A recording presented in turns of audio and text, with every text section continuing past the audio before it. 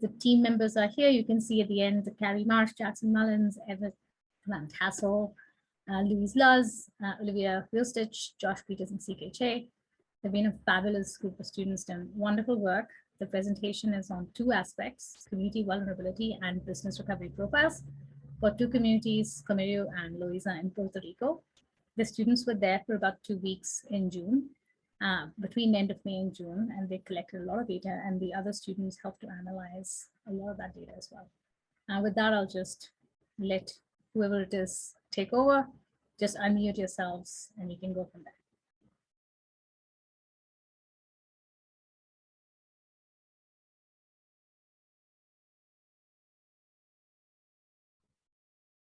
I think I've already said this, so I'm just going to go to the next.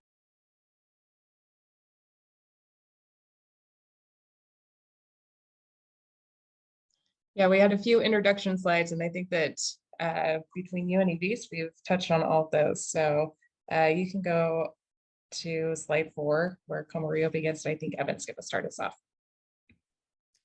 Okay, yeah, so hi everyone, Evan from Comerio. The first thing we have here is a summary of the findings that we had from the fieldwork as they pertain to the business recovery survey from Hurricane Maria. So some of our key findings here from this element, there was actually a good bit of variety in terms of the level of recovery that the businesses surveyed reported that they had since the hurricane. As you can see here, 45% said that they were at least mostly recovered, and a greater proportion of that were businesses that were fully recovered. And then with the other 3 categories of levels of recovery, those which did not represent actual recovery, a complete recovery yet, there was 55% of that, and it was varied between them exactly what level of the recovery process they were in. We will spend a little bit more time talking about this later in the Comerio portion. So key and essential businesses seem to fare better for recovery, having fewer days closed, more ability to make repairs. Most businesses feel prepared for the next disaster. And the recovery process was noted through the interviews for many businesses as being hindered by the impacts of COVID-19. Next, please. Okay, so I'm going to give just a little bit of background on Comerio and some context. So Comerio is a small rural mountain community. It's located in the central region of Puerto Rico. There's 9 different barrios in Comerio that are shown here on the slide. Pueblo is the central barrio. It's in the middle of Comerio. It has the densest population and a higher density of businesses than the other barrios. Pueblo also contains a lot of community services and assets, including schools, churches, parks and fields, and a central health center and other support services that are kind of based around health. Next slide. Okay. So Comerio, the people that live there, there's a strong historical culture and identity among residents. Their community known as Jabaros, or mountain dwellers, and their culture includes song and dance. It's the birthplace of Puerto Rico's national instrument, the 4-string cuatro guitar. They began as a plantation community for tobacco and saw a lot of agricultural success and community advocacy. That includes the establishment of an agricultural co-op that advocated for farm worker rights and fair wages. And that was started back early on. And then today they continue to pursue agricultural interests, including things like chickens, other animals, coffee, hops. We talked to one business owner who's growing hops for his business, and other agricultural goods. Next slide. A pretty basic overview of some demographics in Comerio. Their total population for all 9 of those barrios is 18,942. Median age is about 39, almost 40. Median income is 14,566, And the average household size in Comerio is 3.63 people. Next slide. To give some context of the geography and hazards in Comerio, there's a lot of steep terrain, as you saw the previous slide on slide 7, a lot of steep mountains. And then there's 2 rivers that run through Comerio. So the combination of steep terrain and the rivers make Comerio vulnerable to landslides or flooding. Pueblo in particular faces a lot of flooding risk, as parts of Pueblo are within the floodplain right along the Rio de las Platas. So in the photo on the right, you can see some of the flooding affected businesses in Pueblo along the Rio de las Platas. The central business area is located kind of along a bend in the Rio between 2 bridges that go over the river. Residents and businesses along the river were highly affected by Hurricane Maria, and many are still recovering 5 years later. Next slide, and Evan is going to review some of our SVI analysis methods. Yes, so in line with the community vulnerability element of this project, we talk about a concept called social vulnerability, and we developed something called a social vulnerability index in line with this. So social vulnerability generally is described as the socio-demographic characteristics of a population and the physical, social, economic, and environmental elements that increase vulnerability to negative outcomes of disasters and their capacity to anticipate and recover from these disasters. Social vulnerability is a wide term. It can be defined using a variety of means, but generally it's demographic factors like age, gender, race, ethnicity, disability status, in addition to more external and systemic factors like social capital, healthcare access, economic conditions, environmental context.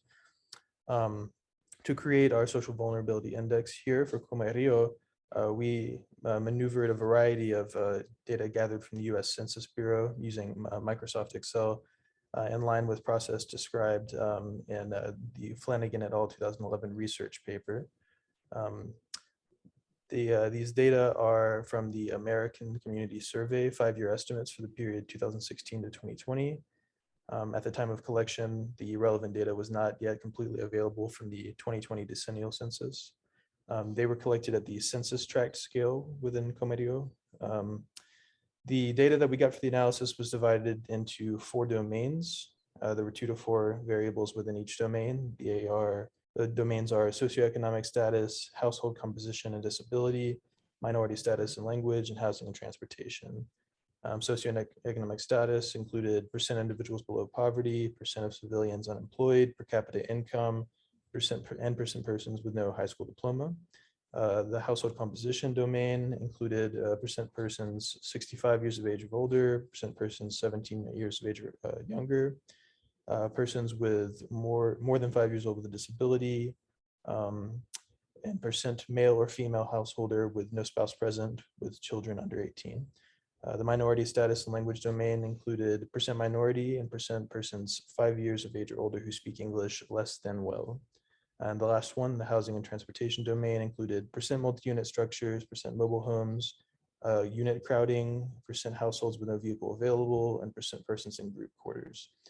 For each of these variables, these values were sorted by percentiles, with those values ranging from 0 to 1, and those percentiles varying at a scale of 0.25 each.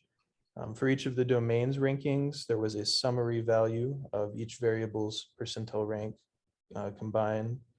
It was first generated at the percentile ranking. It was again calculated for the summary values for the domain. And to create the ultimate SVI value that combines all 4 of these domains, it's the same process where there were summary percentiles that were generated. These were summed over all 4 of the domains and then ranked once more. For visual aid, we took the total SVI calculations and the values for each of these domains and associated them with some geospatial data at the census tract level and visualized this with ArcGIS Pro. Next slide, please. So in the socioeconomic status domain, tract 9520 leads, This tract is approximately conterminous with the Pueblo barrio and includes small parts of the northwestern sections of the Piñas and Vega Redonda barrios.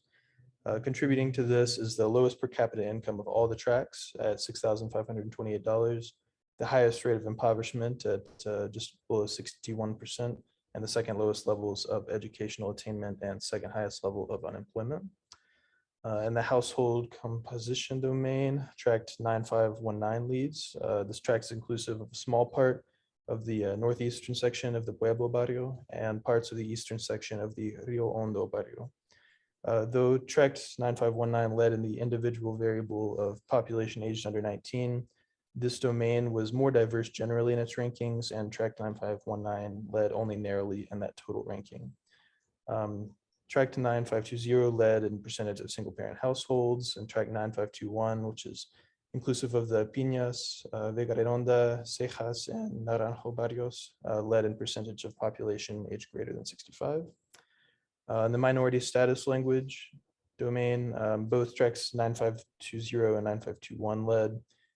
In this domain, tract 9520 led in terms of population that speaks English less than well, and 9521 led in terms of percent minority population. However, this latter metric, percent minority population, was one of very incredible precision where all tracts measured at least 99%. The English proficiency metric was one that varied more greatly, where values ranged from 57 to over 83%. In the last domain, housing and transportation, tract 9520 led by a considerable amount, with the sum of the variable rankings value at nearly 3 times that of the next leading tract. Tract 9520 led in 3 of the 5 variables: percent population with no vehicle, percent multi-unit structures, and housing unit crowding. For all tracts, there were no mobile homes present, so each tract was assigned the same 0 value. Tract 9518, mostly inclusive of the Rio Hondo barrio, was the only tract with population and group quarters and led that variable. Next, please. So this is the summary ranking for all 4 of the domains, the map here with all 5 tracts. In total, tract 9520 led the group with 9519 following closely. Both of these tracts in some amount are inclusive of the most urban areas within Comerio, the Pueblo barrio. Tract 9517 to the north, mostly inclusive of the Doña Elena and Cetrito barrios, was at the lowest value for nearly all domains and by far had the lowest summary value for the SVI. That's that.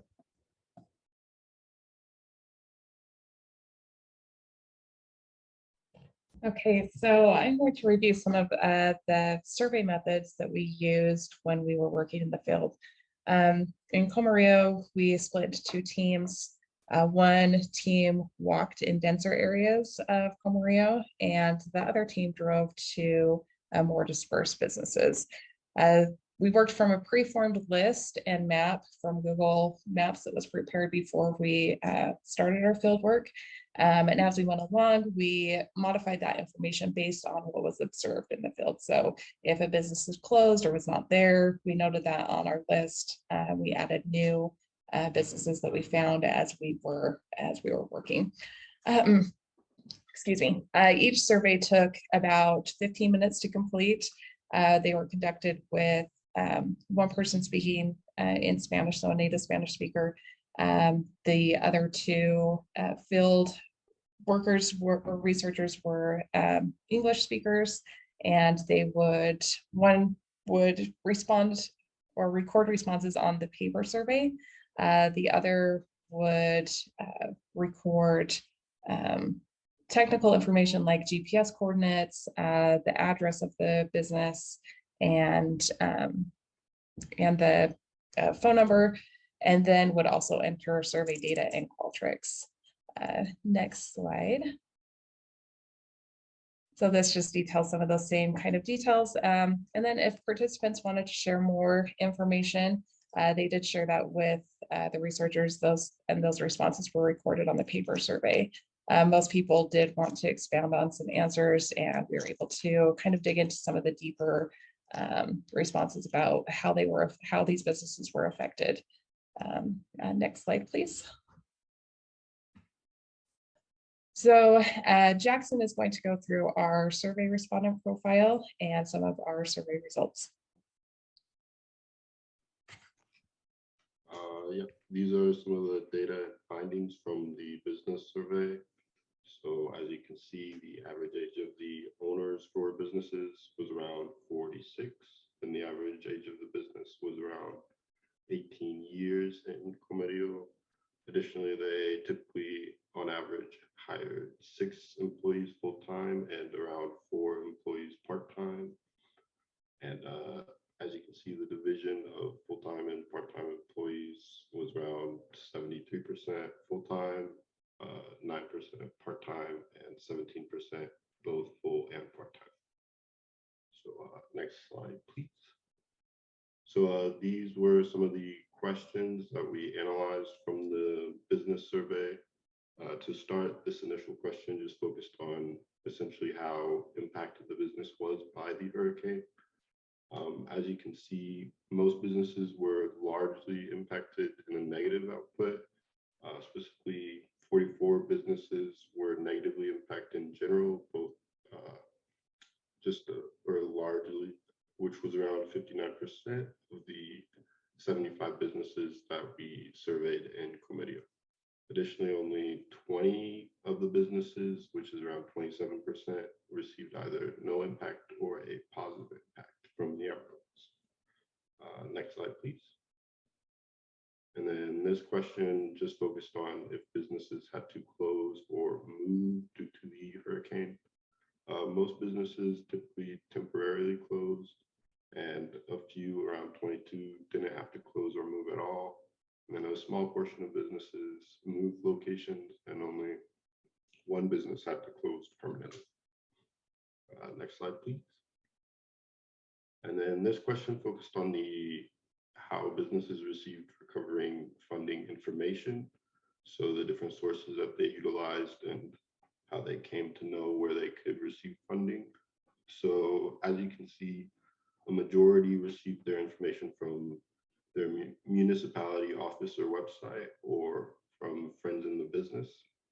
And then another large portion received their information from local news, TV, or radio. And then additionally, in the other category, a lot of the respondents mentioned that they received their information either through a municipal vehicle that was announcing the information through speakers, or through conversations with FEMA employees, or through the FEMA website. Next slide, please. And then this question focused on where businesses got their financial support from after the disaster. So as you can see, a majority of the businesses utilized their personal savings, but the thing to note is that most businesses had to utilize multiple sources. So there was a share of utilizing personal savings and getting aid from businesses or financial institutions, with 32 businesses using their personal savings, and then some of those portions also getting aid from businesses, and then some of those portions using their personal savings also getting aid from financial institutions. Additionally, within the other category, the most common sort of support people received from was the Small Business Administration loans, or SBA loans. Next slide, please. And then this question focused on which actions businesses took in the aftermath of the hurricane. So another key thing to note is that most businesses took multiple actions, not just one. So it was kind of like a share between both repairing their business and either adjusting the expenditure or making other changes, which included like reducing salaries or expenses or shortening hours and things like that. Of the other actions taken within the category, around 8 businesses mentioned that they didn't need to make any action, including repairs or changing expenses, while some other responses, including buying generators or moving their business to their truck from their home, or shortening their working days in the week. Next slide, please. this question focused on how businesses feel they are currently in this state of the world. Most businesses, or around 45%, found that they were either mostly or fully recovered, but this still left around 41 businesses, which is around 55%, that are still in the recovering or weaker stages of the recovery process, including still like surviving or surviving but feel that they may never recover. And of those that felt that they may never recover, many mentioned that they were struggling more so due to added impacts caused by COVID-19. And next slide, please. So now Carrie should rejoin in and mention some of the reflection that she has from her in-person fieldwork in Comerio. Great, thanks, Jackson. So going through some of the things that we noticed while we were working in Comerio, the businesses that seem to be surviving are things like labs and health services. There's a central health building there in Comerio, kind of a hospital, or so having those lab and other medical services, people from the surrounding barrios would come into Pueblo and for those services.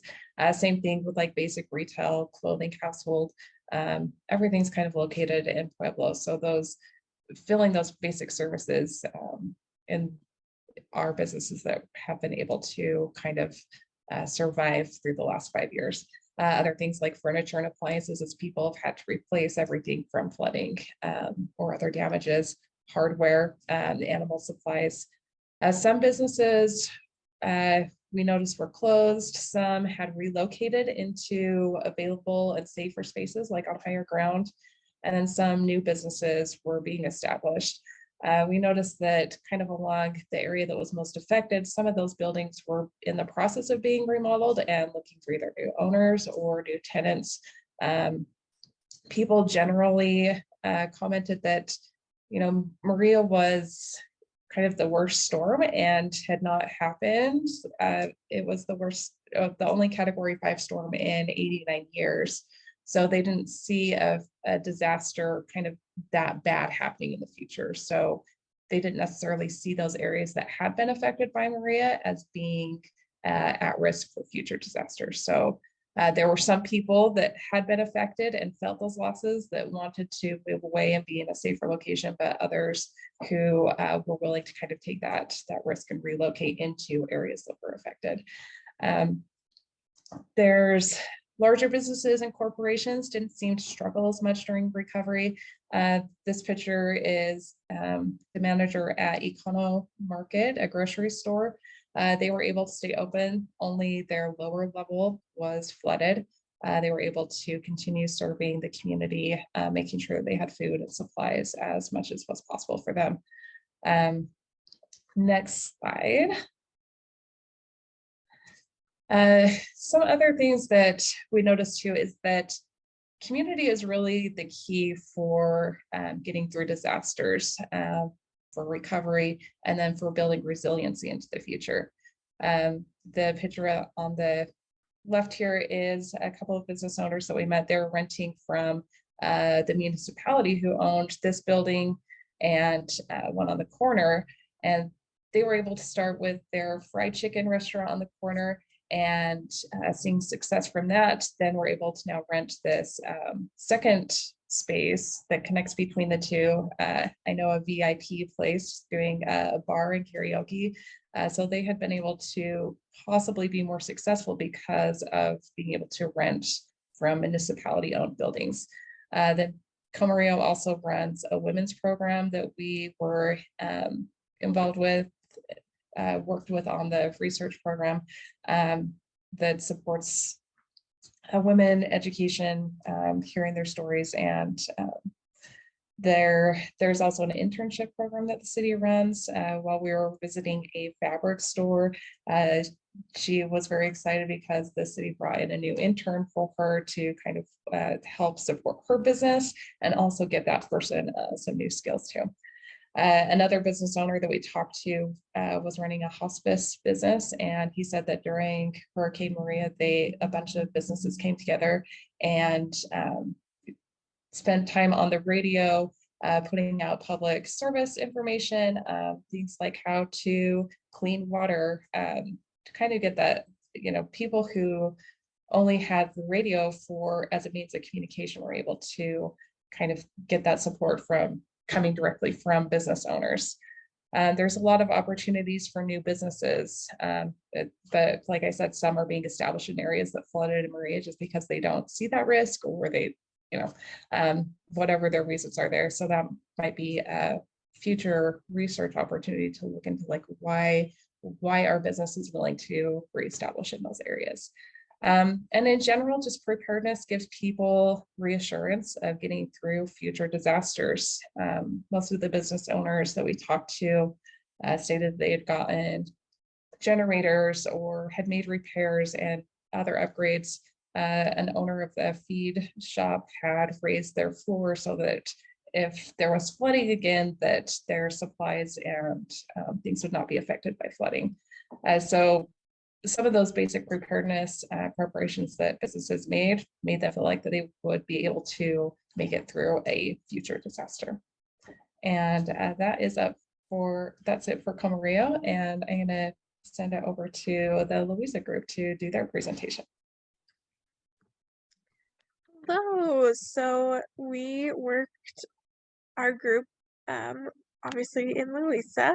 So I'm Olivia, and then Josh, CK, and Louise, we all worked on this Loiza presentation together. Go ahead and go on to the next slide.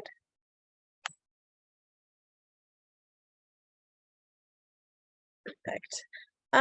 So some just general key findings in Loiza, excuse me. Only about 35% of businesses that we were able to talk to felt that they had fully recovered or were mostly recovered. So that majority of the businesses there felt that they were either still recovering, were still in survival mode, or wouldn't fully recover. So there was a lot of damage done there that they're still working on improving. The businesses, just like in Comerio, that did well and actually saw positive impacts from the hurricanes were more of the key or essential businesses that provided services that people absolutely needed. There's about 22% of those businesses in Loiza that actually ended up having positive impacts after the hurricanes. And the majority of the businesses that we spoke with are currently or have, since the hurricanes, taken steps to be prepared for future disasters, either purchasing generators or stocking up on diesel so they're able to function if they run out of power, or just making different modifications and things to their buildings to be able to be secure and withstand another disaster. Go on to the next slide. Awesome. So community background of Loiza. There is a rich cultural history there. When the Spanish arrived around 1492, it was already home to about 70 to 100,000 different native peoples. And then the Spanish, kept coming and living there. They brought over African slaves throughout the 1600s. And then in the early 1700s, the Spanish declared the area as an official town. So there was that combination of the native peoples, Africans, and Spanish people all there. And today you can really see that reflected. All of those different cultures combined together in just the colors that you see around the city, but also the food and the dancing and music. Here is a picture of some bomba dancing that we're able to see, which is like a combination of some of the African and the native Puerto Rican people. Can go ahead to the next slide. Great. In terms of demographics, there's just a total population of about 30,000 people. Median age is just over 40. with the median income is about $17,363, and then the average household size is just under 3 people per household. On to the next, perfect. And so the location of Loiza, it's a coastal community. It's located here, as you can see on this map, kind of to the northeast of Puerto Rico. That little section is blue, in blue is San Juan, and then the red up is Loiza, so it's pretty close to that big San Juan. Like Ivis was saying a little bit, there's lots of people that travel there, tourists and things like that.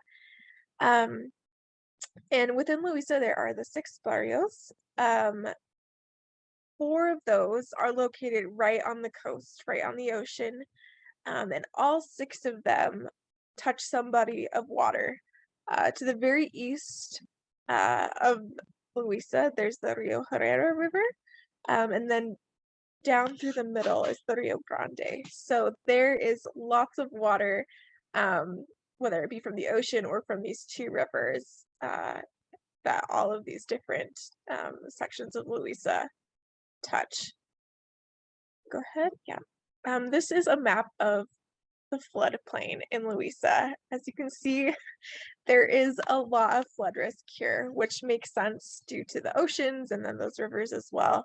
And this is part of the reason this was a good place to go and study, because with the hurricanes and things, there's obviously lots of flooding, but just kind of risks in general. As we were there, we were speaking to some of the disaster planners, and they mentioned even just rain from further up somewhere in the island causes huge issues with these rivers coming down to the ocean for Loiza. So they have to always kind of be prepared to combat some of that flooding and issues. Go ahead to the next. Okay, so I'm going to talk a little bit about the Social Vulnerability Index.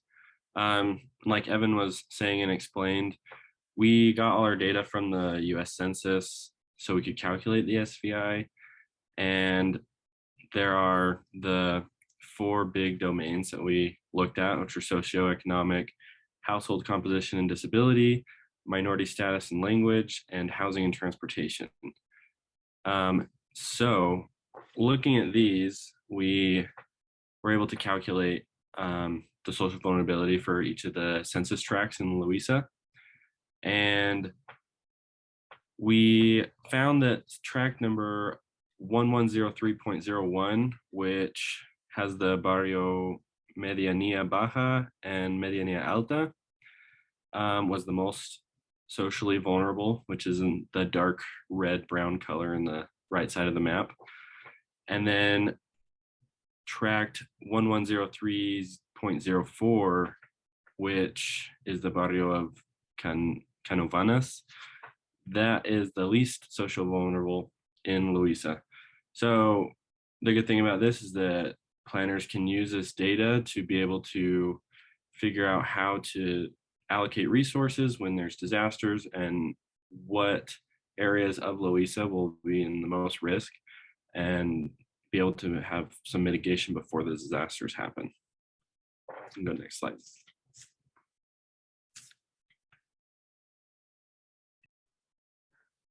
So looking at the profile of the survey participants, average age of business owner is 50.7 years old.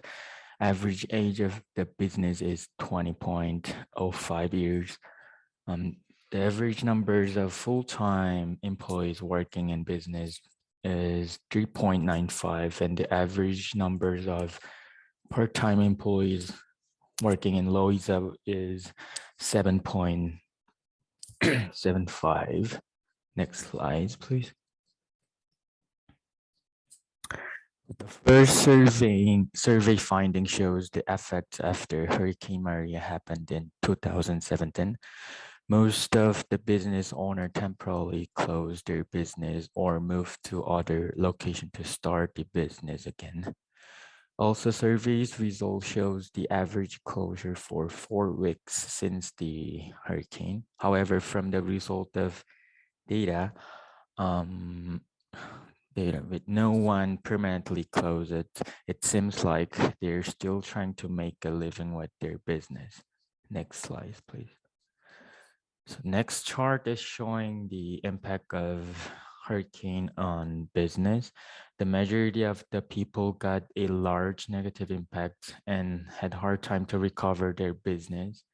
And 55% of the Loiza business owners are saying that they got a large negative impact, and 22% of the Loiza business owners are saying that they got large negative impact and some positive impact after Hurricane Maria. Next slide, please.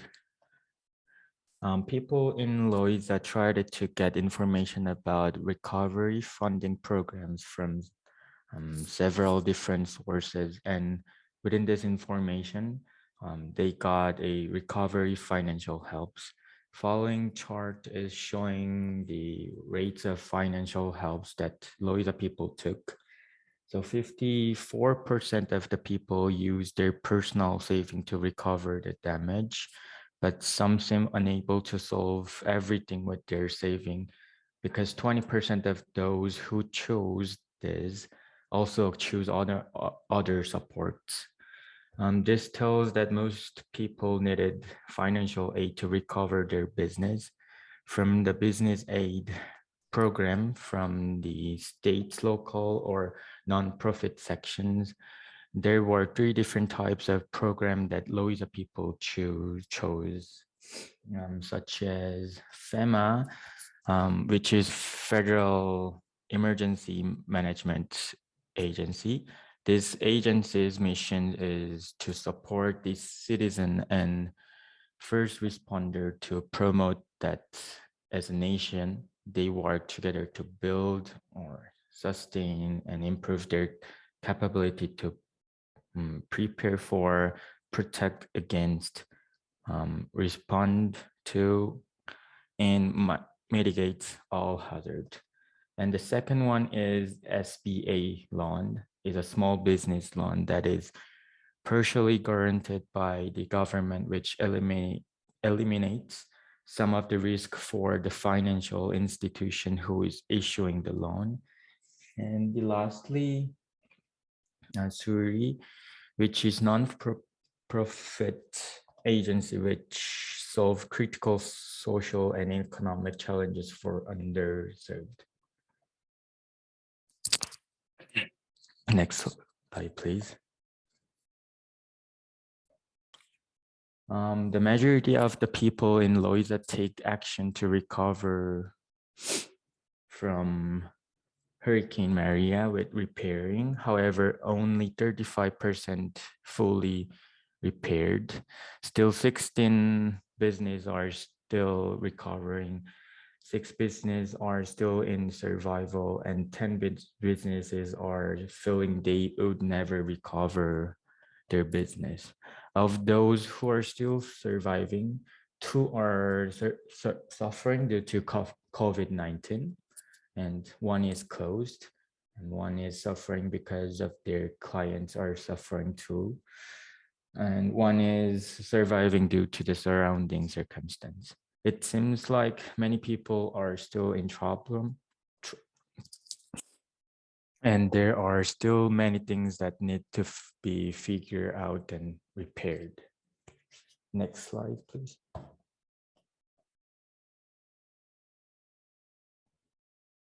Okay, now I'm going to share a little about the fieldwork reflection in Loiza. And basically, Carrie already said that we use the same methods conduct to the surveys in Loiza, so I'm not repeating what she said, we just use the same. But basically, I'm gonna share with you some pictures from the field, and then in the end, I will give a few reflections for Loiza. So basically, we have here, like we crossing the bridge through the river, and as well like the professors, Ivis and Divya doing the strategy. Next slide.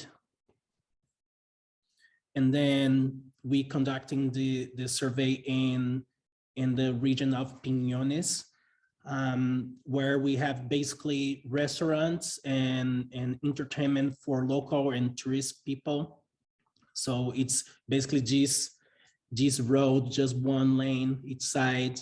So it's very narrow and no sidewalks. So the one part of the reflection is just like it's, we have the weather and we have as well like no sidewalks. So, but it was very interesting and very rich experience.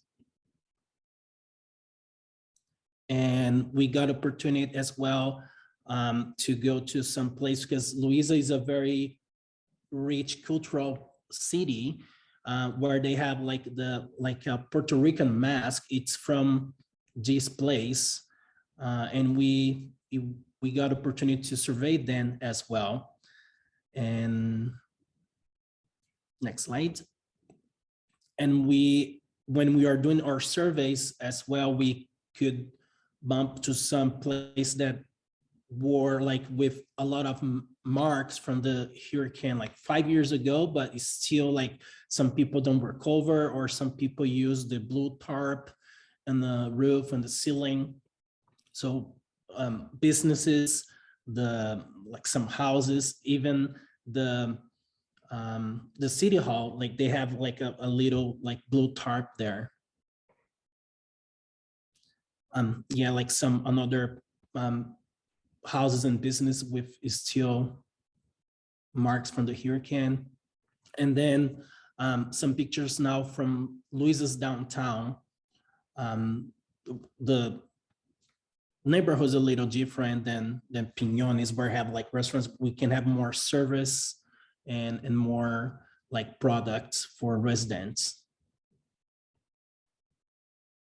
And as well, we have in Loiza some manufacturers, as this one is from our survey is the biggest employer that we interviewed there. They are basically like a cardboard package factory. They have like for 42 years, and they decide to move to Loiza in 2007. And as well, we have like a big company there. We still have like small one person like entrepreneur fruit street market. Or in this other example is like is a 80 years old fruit shop. Is like it's from his grandfather, and his father worked there, and now he's working there. We have this place, and like in the same street, we can have like the main grocery store from the downtown. And in the left, we saw a lot, but like just to share a little, like we could see like some still funding for recovery for CDBG and Loiza's municipality as well. And in the right, like was just interesting as well to see how people try to entrepreneur there. Like they got like a buzz and just fix there and do like a restaurant next to some like schools and houses and the manufacturers. And we got opportunity in Loiza to talk with the city planner and the emergency manager from the city. And they brought us to some sites to explain how they do mitigations for flooding.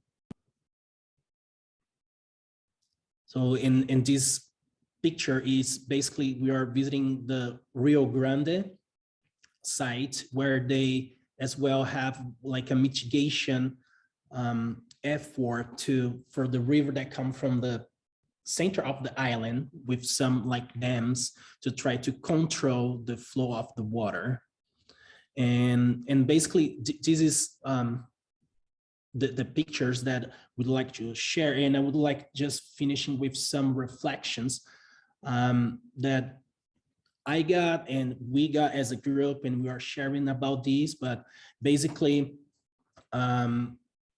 talking to businesses, and most of them like restaurants. So lunchtime is a busy time. So one reflection is this, like it's a little hard, and we have like a short time during the morning or after lunch to talk with like business owners or managers. So one reflection for the field work is this, like, yes, like we can have like 2 weeks work in the field, but we have like a specific hour that we can do our survey and have success. And basically, as well as Comerio, Loiza is a very receptive place. Like people are very friendly, they want to talk. So the surveys should take like 10-15 minutes, but people talk for 40 minutes. And it's a kind of interview, because when you ask questions like close questions with the answer yes or no, people answer and then start talking, and topics come like public administration, city planning, and entrepreneurship, overcoming persistence, a lot of topics. So was a lot of reflection on this part as well. But for me, I could share this, like one of the most hard part for me was when we do some questions and we got like a definite and moving silence from the people. They take breaks, they sometimes cry, and we give them time, and then they answer and start sharing. And another reflection to share was this, like it's not a simple question when you ask like, did you have like a power outage? And the person, yes, but like I got 8 months without power. And I was trying to imagine it is like I was in Puerto Rico in a building in a 17th floor, and I was talking with my wife, like how hard would be 8 months, like going up and down with grocery, and if you find something in the grocery, so it's not easy at all, like this situation. But one reflection was just like and have this empathy during talk to people. And but another reflection, just to finish, it's like because we are talking with entrepreneurs, right? So it's not only about a perfect rational decision, like when they talk about their business, like I'm here because basically he's cheap and the city give me just 1% sales tax. It's not about these. It's like most of the people, they have like a deep root ties to their communities, and not necessarily because their parents or grandparents grew up there in Loiza or Comerio, because most of them, like they love where they are. And interacting with them, we could realize this and learn about their, like, they think different. These entrepreneur, they're not like a conditional person that just like give up for a simple thing. So I could learn this and have this reflection that I can bring with me for my life now. Like people can have a bad day or can have a bad week, a bad month, or even a bad year, but this doesn't mean the life is bad. And people have this feeling, like when you talk to people or survey people, they have this feeling like, yeah, this happened, it's hard, we are trying. And seems like a small one-person business and a big company, and the way people prepare themselves for the next one, because everybody can have a hope, like even people do this, like when they start talking, but yeah, like the way people start like prepare and the mitigation, it's very interesting, different how they do. So basically I would like to finish with these reflections.